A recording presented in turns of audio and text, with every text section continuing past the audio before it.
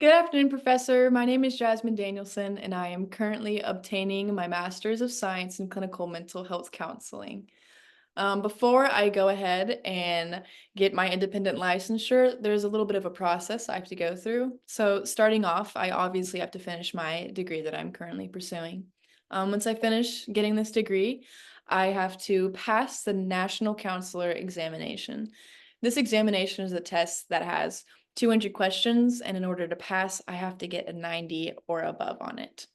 Once I pass this, I then can apply for my LAC or my license and associate counselor through the uh, through the Arizona Board of Health Examiners. Following this, I then need to undergo supervision.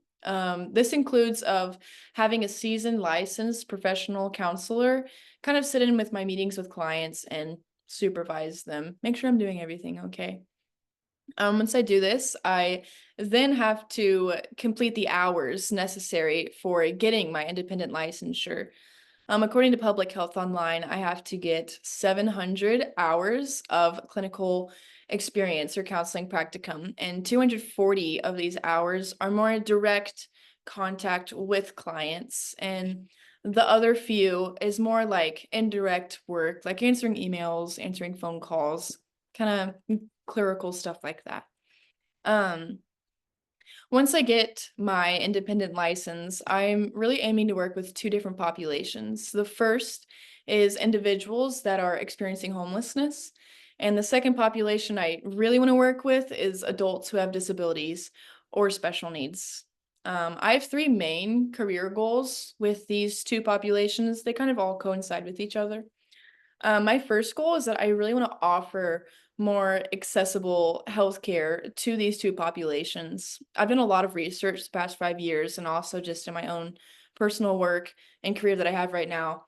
I've kind of come to realize that there's a really big deficit in resources available to these two populations, especially those that are mental health related resources.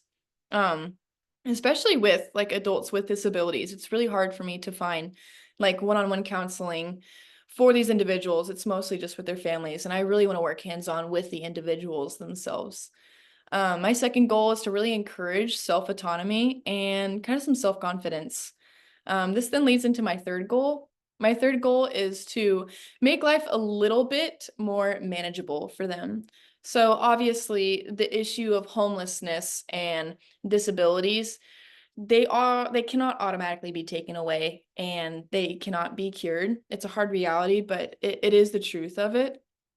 In turn, though, I really want to make these predicaments a little bit more bearable for them. While they can't be cured, they can be helped in some kind of way. And I really want to empower individuals of both populations to really make the best possible life for themselves, despite these obstacles that they are facing, whether it be homelessness or disabilities or both, because they do coincide with each other. To do so, there's a few foundational qualities that I need to consist of. Luckily, Grand Canyon University offers a few dispositional values that counselors must have in order to create a really good and effective counseling relationship. Three that really stick out to me are flexibility, psychological fitness, and empathy, of course. So, flexibility is really important because it consists of being kind of open minded and being unbiased, and more so like accepting and flexible with the individuals you're working with. According to the ACA Code of Ethics, we are called to be open, culturally competent, flexible, and willing to kind of broaden our horizons and kind of go with the flow with what our clients are going to be like.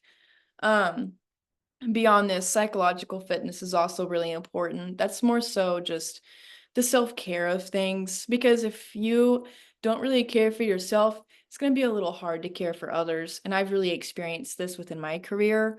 It helps combat against things like burnout or compassion fatigue, things like that. Like taking the time to understand yourself and your own values and what you need can really help you understand clients better and be able to reach them in a more healthy and functional way, and I think that's really crucial to developing a functional counseling relationship.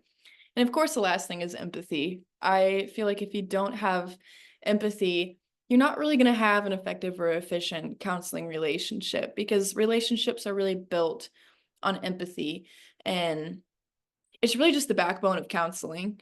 Um, so, like, even then, this moves into the last prompt of how serving others with love and empathy needs to appear in my professional identity. And it's something that I really strive for because without compassion, love, or empathy, it's going to be really hard for your client to feel safe and feel welcomed and really build that rapport with your clients if you're lacking things like empathy, love, and compassion.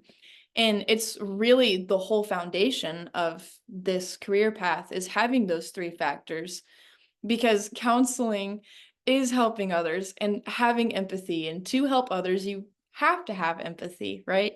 So I feel like those are imperative within my career specifically because those are the three ways that I feel you can help people most is through offering a hand of compassion and offering empathy and truly seeing someone for the person they are and not seeing their problems as part of their identity, but just something they're struggling with. It's a very humanistic approach of kind of separating people from their problems, but I just feel like it's really crucial to have that, especially within my own professional identity, is understanding that every single person needs love. And especially as a Christian, we are called to be the hands and feet of Christ and to love others as Christ loved us. And experiencing God's love on such a massive scale in my own life, it would make no sense of me to not do the same for others. And I just feel like it's very important, mandated, and foundational for me and my professional identity to outstretch those to other people. And without those three factors, I really don't feel like counseling could be effective or efficient or really work out that well because it's what people need. Even outside of the counseling atmosphere, people love to be loved. I mean, I love to be loved. So, yep, that's pretty much a little bit on who I am and why I wanted to pursue this degree, and I'm really excited for this class. Um, yeah, it was really nice talking.